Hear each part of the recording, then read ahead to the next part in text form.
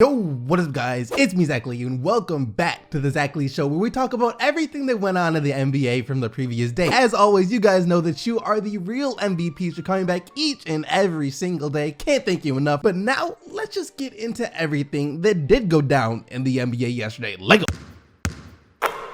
We gotta talk about LeBron James and the Cleveland Cavaliers real quick to start off here. A couple of things came out about them or surrounding them yesterday. First of all, LeBron James kind of implied that he needs more help. He might be getting kind of tired of trying to do everything for the Cleveland Cavaliers and that he could use Kevin Love back more than ever right now. It's been a very long time since I haven't played with another all-star on my team, so having Kev out has been very challenging for all of us. Kev has a big usage rate on our team. He'll get the ball when things get tight, chaotic. We can throw it to him in the low post and he can get some things going. Also commenting saying that having multiple guys out for the Cleveland Cavaliers certainly isn't helping either. It's not just Kev, we're missing Double T as well. Rodney went back out again, so obviously you want to win every game, but my approach doesn't change. It has always stayed the same. Just continue to try and attack defenses, and if I attract to the ball, give my guys opportunity, rebound the ball, defend. There's a lot of energy that's used with that, but that's fine as well. So it really does sound like LeBron James is getting tired of trying to carry the Cleveland Cavaliers. He's been averaging a triple-double since the month of February, and that is around the time that Kevin Love went down. And the last time that he's gone this long without having another all-star on his team was back in his first stint with the Cleveland Cavaliers right before he left for the Miami Heat. So there could be some merit to him saying that he needs Kevin Love back, and having all the other guys healthy would for sure help as well. But that isn't all we had to talk about when it comes to LeBron James and the Cleveland Cavaliers. During the game though, he was also saying some things, in particular to Tyronn Lue, the head coach of the Cleveland Cavaliers.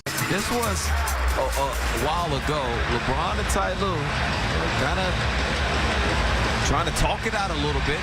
Neither one of them were happy to close the third quarter. Ain't no coach with even a shrivel of respect is going to let one of their players talk to them like that. You will never see another coach be told to sit down and shut up by one of his players and actually do it. No, legit, after LeBron James finished saying what he was saying, the last word that Tyronn Lue said was fine. You can see him mouth the word fine. How can any other player on the Cleveland Cavaliers respect Tyronn Lue? How can you have a coach that's not respected by their players? I do not get it, especially when they're trying to build this winning culture with all these new young players they brought in. These young players are looking at LeBron James disrespect Tyronn Lue, and you expect them to respect Tyronn Lue when Tyronn Lue doesn't demand any respect for himself? How does that work? Tyronn Lue, you gotta at least grow some type of backbone here. You gotta stick up for yourself. You shouldn't allow your players to talk to you like this, even if it is LeBron James. I can guarantee you that if LeBron was being coached by Popovich or another respectable coach in the NBA, this never would have happened. And if LeBron ever did lose his mind and talk to Greg Popovich like this, there would have been some consequences. But were there any consequences for LeBron James? No, you sat down and you shut up. You said fine. That's all you said was fine. Ever since Allen Iverson crossed you up in the finals, you have been a walking meme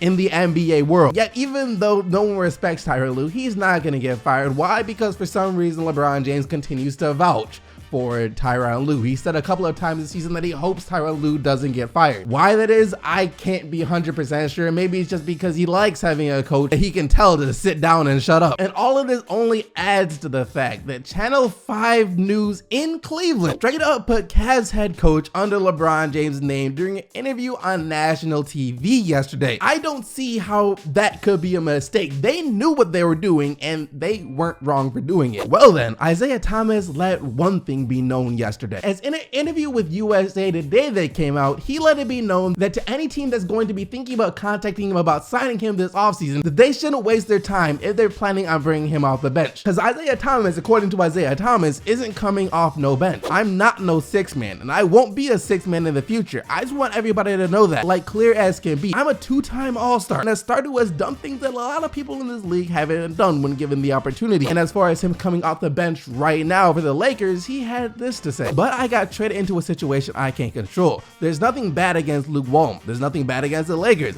I'm taking advantage of the opportunity they've given me and ending the season off strong, and that's all I can do. I'm not coming in here and saying, oh, I want this or this is going to happen. No, that's not me. I'm just going to come here and play and be a professional. And when my name is called, I'm going to be more than ready for any opportunity I'm given. In his defense, Isiah Thomas has been playing better ever since he got to the Lakers, even though it'll be hard for him to play worse than he was on the Cleveland Cavaliers. He's averaging about 18 18 points and 6 assists per game with LA. And that is also why I think he said this. GMs across the league are probably taking notice of how much better Isiah Thomas has looked coming off the bench for the Lakers, and are saying to themselves, well, if he's willing to come off the bench, I might not mind having him on my team, as long as he can continue to produce the way he's been producing for LA. But of course, Isiah Thomas considers himself a starter in the league, one of the premier players in the NBA. A man has a huge ego, and his ego at this point is hurting him more than his play on the court ever could. It's good to have confidence in what you can do on the court, Isiah Thomas. There is nothing wrong with that. Every player should have that. But when your confidence turns into cockiness or arrogance, that's a different story. Saying that you were a two-time All-Star and that you've done all these great things in the NBA that other players haven't, it seems like you're more concerned about your ego and how coming off the bench would make you look since you were a two-time All-Star, instead of the good that it could do for the team that you're on. Look at Lou Williams. Clearly, he's a good enough offensive player to start in the NBA, but does he demand to start? No. Could he? Probably. He doesn't care whether he starts or if he's a sixth man, as long as he's able to go out on the court and try and help his team get wins. The fact that you, Isiah Thomas, aren't willing to come off the bench is for sure going to decrease the amount of teams that are going to be interested in you this offseason. Honestly, I have no idea where IT is going to end up if he keeps talking like this. I don't doubt the fact that he's going to end up somewhere. Some team is going to sign him. I just don't know where that's going to be, and I don't think it'll be anywhere that great. That wraps up all the news from yesterday though. Now let's take a quick look at the games from last night. Yo, why is it that whenever someone gets upset playing against the Jazz, they take it out on Ricky Rubio? Like they gotta pick on the least imposing guy on the court, huh?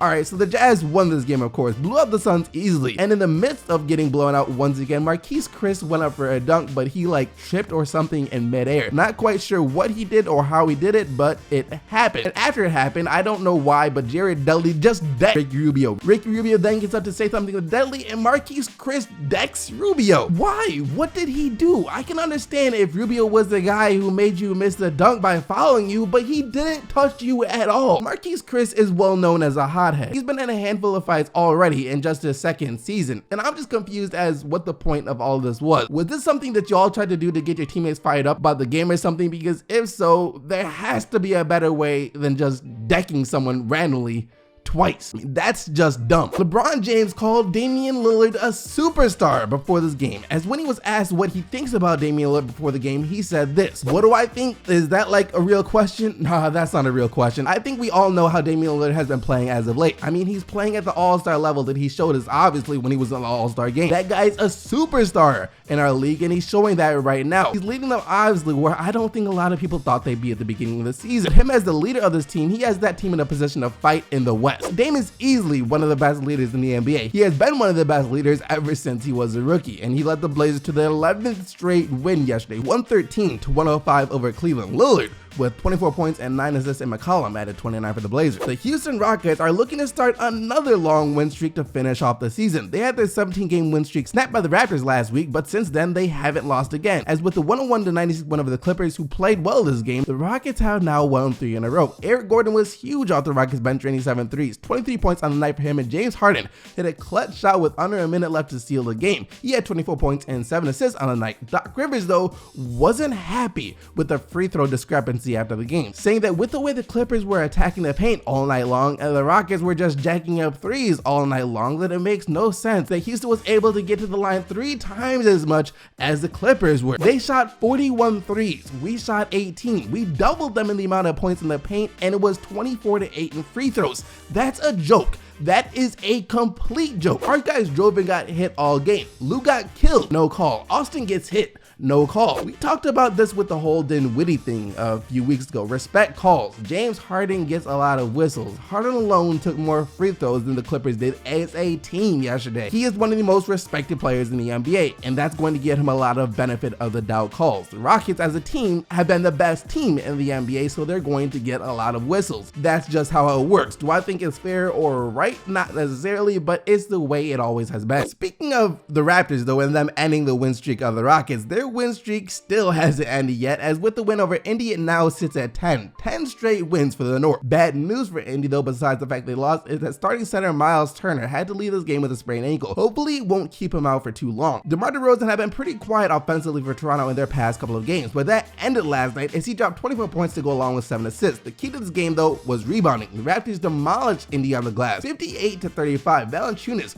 was huge in that regard as he had 17 rebounds alone to go along with his 16 points. 106-99 the final score. No Kawhi Leonard of course for the Spurs, as he officially missed his quote targeted return date, but nonetheless the Spurs, no matter who they are playing or who's on the court, they're still going to be the Spurs as they stay in the playoff race, back in the AC now with a 98-93 win over the Pelicans. DeJounte Murray, someone who the Spurs have entrusted as their starting point guard of the future, gave Spurs fans a glimpse of what he could be in the future yesterday, scoring 18 points and grabbing 12 rebounds while also playing his usual great defense with 4 steals. I'm at least glad that my Pistons show some pride in this one. They were down 26 to the Nuggets late in the third quarter, but that lead was gone real quick. Detroit, or Dwight Bikes I should say, made a game out of it as he was going off in the fourth quarter, but in the end they still lost 120-113. Gary Harris though did have to leave the game after landing awkwardly on a fast break dunk. That's not a good sign for the Nuggets as he is a really key player for them. Nikola Jokic with another triple-double of 23 points, 12 rebounds, and 10 assists, while Drummond had 21 points and 17 rebounds for Detroit. Ben Simmons with another triple-double as he is now past Magic Johnson for number 2 on the list of triple-doubles in a season by a rookie, and he also joined Magic Johnson and Oscar Robertson as the third rookie in NBA history to ever reach 1,000 points, 500 rebounds, and 500 assists. This is just the beginning of Ben Simmons. He is about to break and set a lot of records in the NBA. 118-110, Philly wins over New York. Simmons with 13 points, 12 assists, 10 rebounds. Embiid with 29 points and 10 rebounds, while Michael Beasley did play well for the Knicks with 24 points, 13 rebounds, and 7 assists. Steve Clifford continues to prove that he is the Dwight Howard whisperer. He knows how to get the best out of D12. Howard with a monster game of 33 points and 12 rebounds. And Nick Batum also set a career high in assists last night with 16, also with 10 points and 10 rebounds, so he had himself a triple-double. 129-117, Hornets win over the Hawks. That was a close one, Memphis. You guys almost blew it. I mean, y'all can still go out there and break the record for the biggest losing streak in NBA history if you play your cards right. That is, if you don't try hard enough. The Bulls did Memphis a favor last night and got the 111-110 win. The Grizzlies have now lost 19 straight games. The record for losses in a row is 26, and I'm fairly certain they can break that. I'd be surprised if they didn't. As a matter of fact, I'd be surprised if they won again this season. There was some early action from last night though. Hope you guys enjoyed the video. If you did, be sure to smack that like button and subscribe to the channel so you don't miss out on more daily NBA news. Remember to vote for the player of the day, but also remember the only players whose team won are eligible to win player of the day. And yesterday, that player was Bradley Beal and his 34 points, 9 assists, and 7 rebounds. Thank you once again for watching. I'll see all of you right back here tomorrow, but until then, I'm out of here. Peace.